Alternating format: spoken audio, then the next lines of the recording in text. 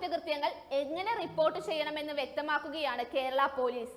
ഫേസ്ബുക്കിലൂടെയാണ് cyber കുറ്റകൃത്യങ്ങളെക്കുറിച്ച് police പറയുന്നത്. ഈ അടുത്തായി ഏറെ റിപ്പോർട്ട് ചെയ്ത വാർത്തയായിരുന്നു ഹണി ട്രാപ്പ്. ഇപ്പോൾ അപരിചിതരുടെ വീഡിയോ കോളുകൾ എടുത്താൽ ധനനഷ്ടവും മാനഹാനിയും ഉറപ്പാണ്. ഹണി ട്രാപ്പിൽ പെടുന്നത് ചിലപ്പോൾ നമ്മൾ അറിയാതെ വേണമെങ്കിലും ആകാം.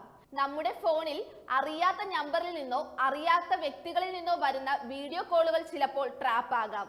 അതിനാൽ ഇത്തരം കോളുകൾ ശ്രദ്ധിച്ച് മാത്രം എടുക്കുക. മറുവശത്ത് വിളിക്കുന്നയാൾ നഗ്നത പ്രദർശിപ്പിക്കുകയും നിങ്ങളോടൊപ്പം ചേർന്നുള്ള സ്ക്രീൻ റെക്കോർഡ് എടുക്കുകയും ചെയ്തേക്കാം. ഈ ചിത്രങ്ങൾ പിന്നീട് പണത്തിനായി ബ്ലാക്ക്മെയിൽ ചെയ്യാനായി ഉപയോഗിക്കും. ഇതിൽ നിന്ന് രക്ഷപ്പെടാനുള്ള വഴി വളരെ ലളിതമാണ്. അപരിചിതരിൽ നിന്നുള്ള വീഡിയോ കോളുകൾക്ക് മറുപടി നൽകാതിരിക്കുക.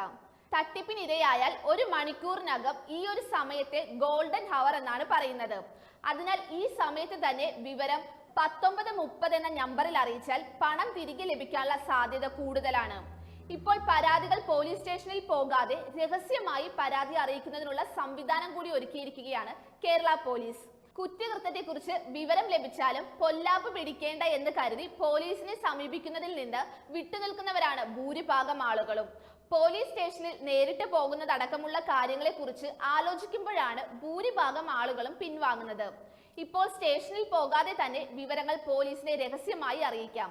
കേരള പോലീസിന്റെ ഔദ്യോഗിക ആപ്പായ പോൽ ആപ്പ് വഴിയോ തുണ വെബ് പോർട്ടൽ വഴിയോ പോലീസ് സ്റ്റേഷനിൽ പോകാതെ തന്നെ പരാതി നൽകാം. പോൽ ആപ്പ് ഇൻസ്റ്റാൾ ചെയ്തതിനു ശേഷം മൊബൈൽ നമ്പർ ഉപയോഗിച്ച് രജിസ്റ്റർ ചെയ്യുക. പിന്നീട് പരാതിക്കാരന്റെ പേര്, വയസ്സ്, mobile number, Aadhaar number, address എന്നിവ ആദ്യഘട്ടത്തിൽ നൽകേണ്ടി വരും.